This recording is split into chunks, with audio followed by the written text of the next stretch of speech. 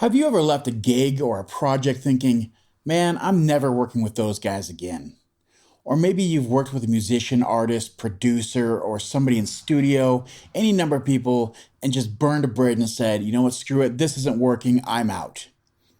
Well, today we're going to talk about why maybe that's not the best answer moving forward and how burning bridges could be the quickest way to end your music career. Let's have a think on that.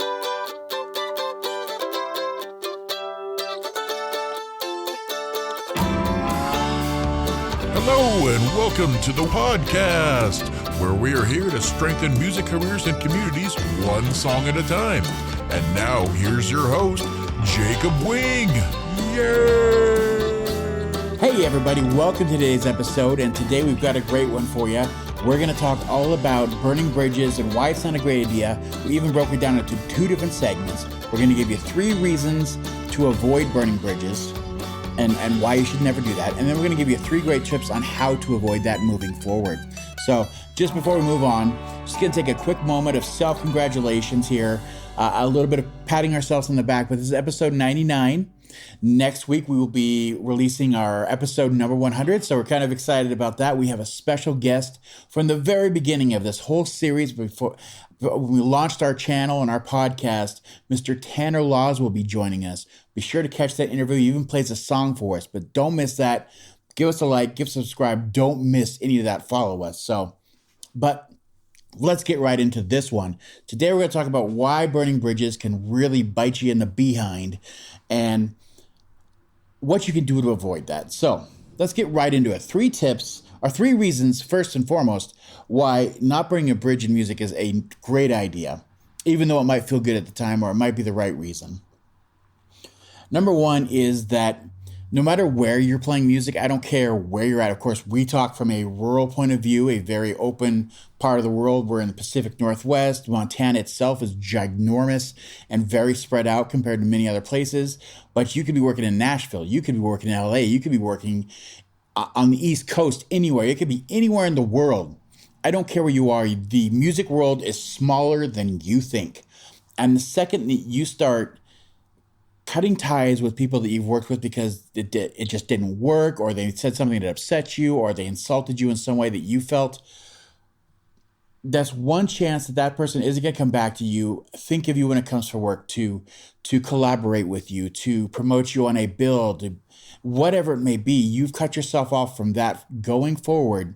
You've left that bad taste in their mouth. And not just them. You always have to think, just like with everything else, the smaller the network, the smaller the world, they're going to tell some friends, they're going to tell people they work with, they're going to say, yeah, so-and-so is fine, they're talented, but it just doesn't work for us. I mean, he or she was a jerk, and they just didn't treat us very well, or they were rude, or they just thought they were better than they were, or, worst case scenario, you get that, those bad labels attached to you where they don't put the work in, or you don't want to be one of those people that doesn't pay their bills, or, pay their way, somebody that just walks away and leaves an unpaid bill. You don't want to be one of those people. So you just have to remember the reasons before you start opening your mouth, before you start, digging your heels in and saying, I don't need this. I don't need you.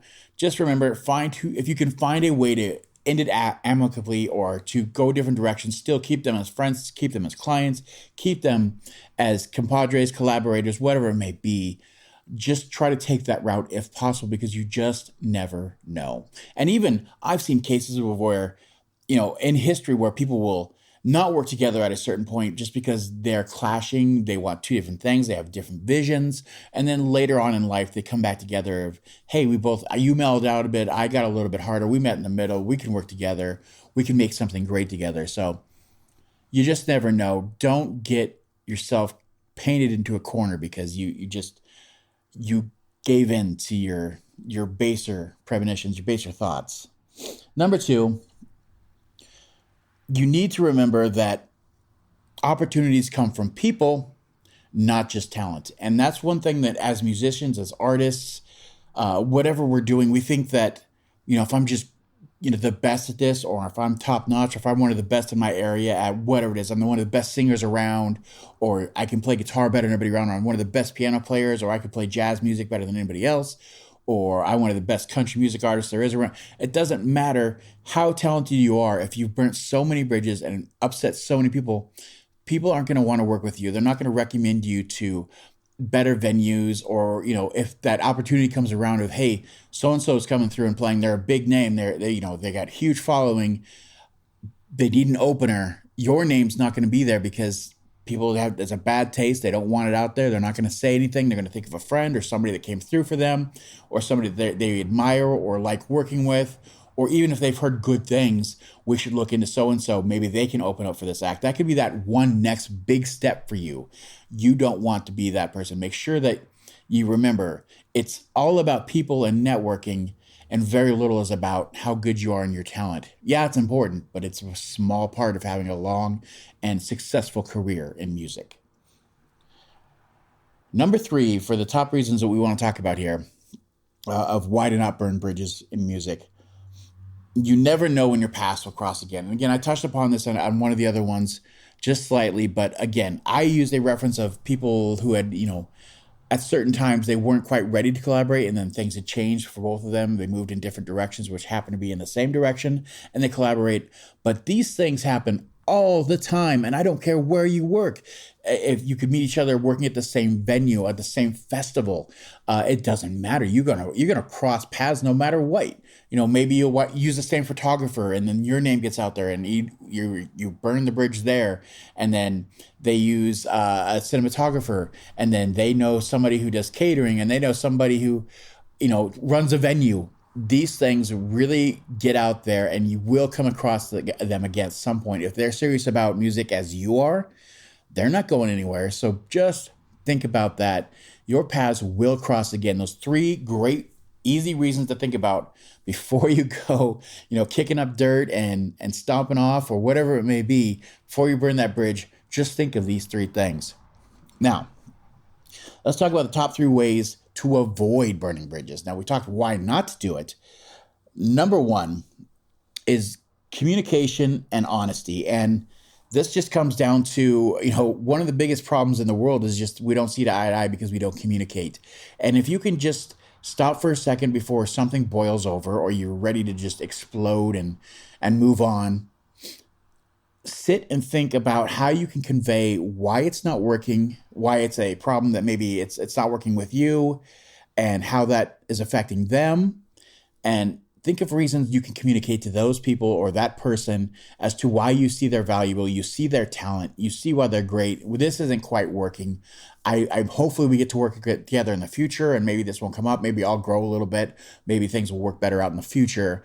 But the more that you communicate and be more open and honest as to why this isn't working, and really emphasize, what part of you isn't working with this, and then share what you appreciate about them and why you want to work with them in the future. The more open and honest you can be about that, the more they're going to respect you, the more they're going to understand what you're trying to say, and there'll be something there in the future to work together with.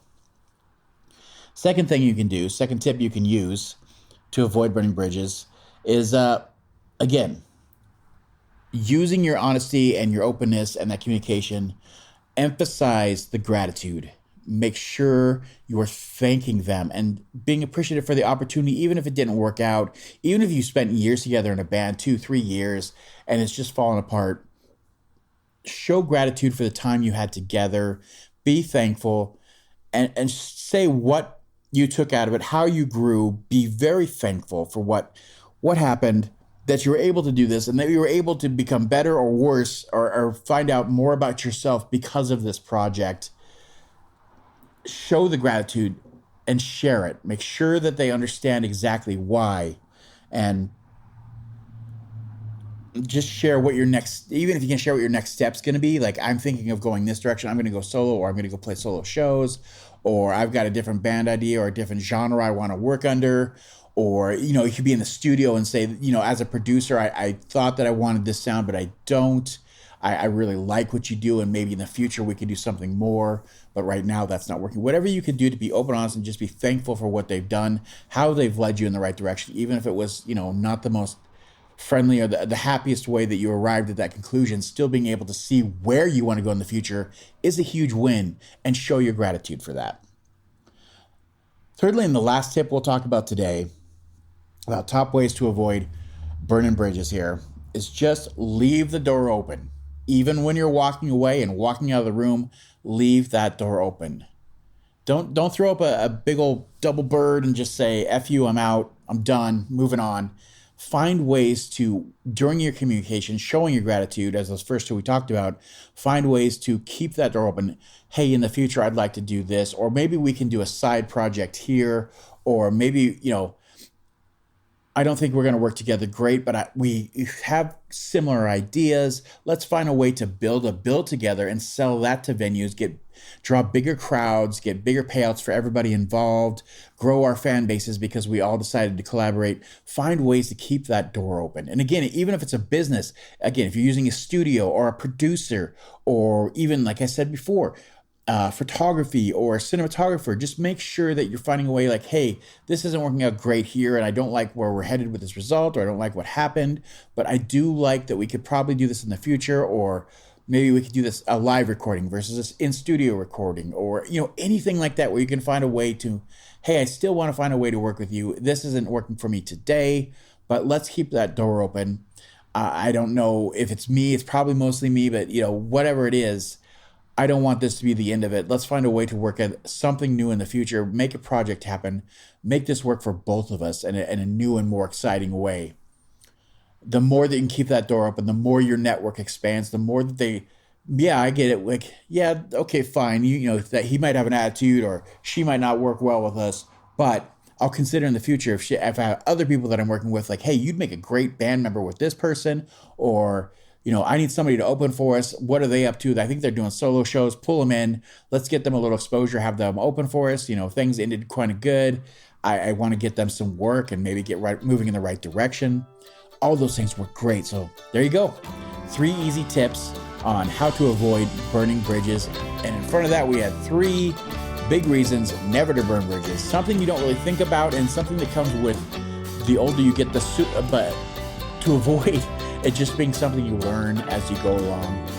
Take the advice now. If you're younger, the sooner you absorb this, the further you go, the faster you grow, the bigger your name can become because you learned this early. So that's it today.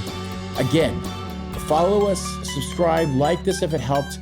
Be sure to be here for our 100th episode for the next one. We've got Tanner Laws coming in, and we're really excited to talk to him, and he plays a great song for us. So don't miss that, and we'll see you guys on that next one. Bye.